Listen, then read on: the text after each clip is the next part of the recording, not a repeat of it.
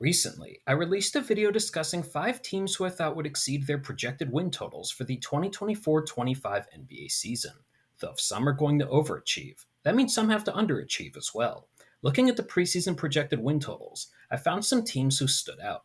Though more so than the franchises that figured would exceed their projections, you'll see some common themes emerge with this group. Now, without further ado, let's get to the teams. The Chicago Bulls are in a tough spot. After making the play in each of the past 2 seasons, they're starting to hit the reset button. This offseason, DeMar DeRozan was dealt to the Kings in a signing trade, and Alex Caruso was traded to the Thunder in exchange for Josh Giddey. So the question is, will they fully commit to this rebuild?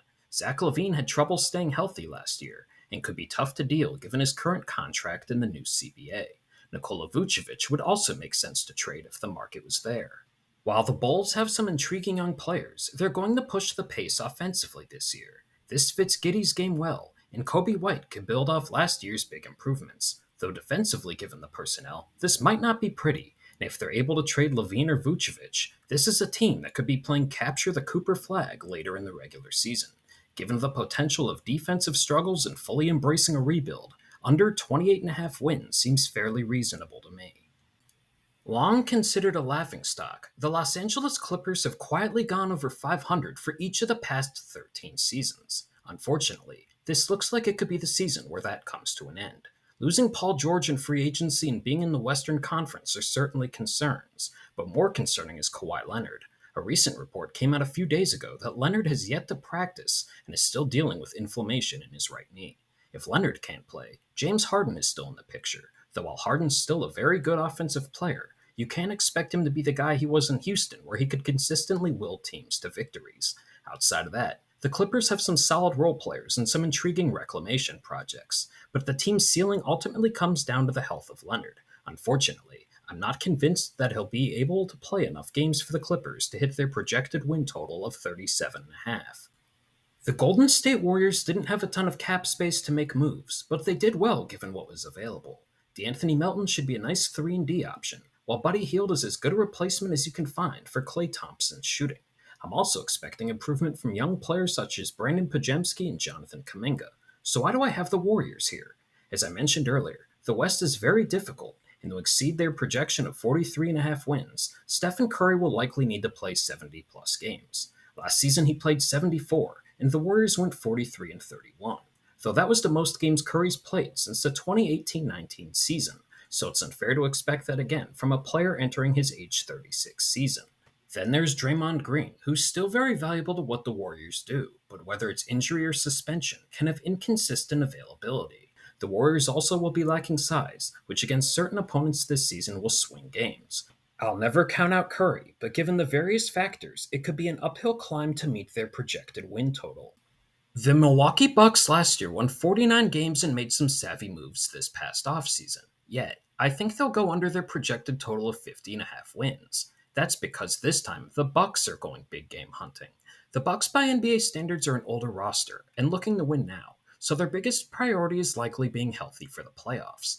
Even though it was a freak injury, we saw how important that was last season as Giannis Antetokounmpo was unavailable for their first round exit.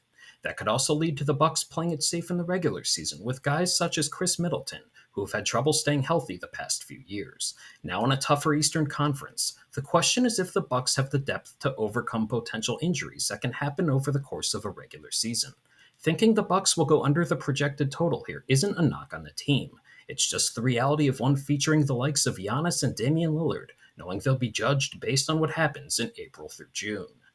The Denver Nuggets have probably the best player in the NBA and have won at least 53 games in each of the past 2 seasons. So what gives that I have them winning less than 50.5 games? There are two glaring factors. The first one is depth. There were times during their playoff loss to the Timberwolves where the Nuggets just appeared to be out of gas due to their core players logging a ton of minutes out of necessity both in the regular and postseason.